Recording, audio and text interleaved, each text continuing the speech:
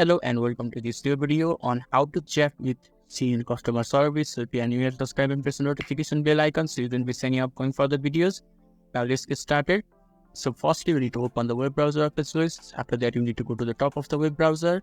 There will be a search bar. Click on the search bar and just type Shein and press enter in the keyboard. After that, the search result will be shown to you. You just have to click on the first search result. That will be the Shein official website. And when you are inside their website, you just have to look in the top right corner.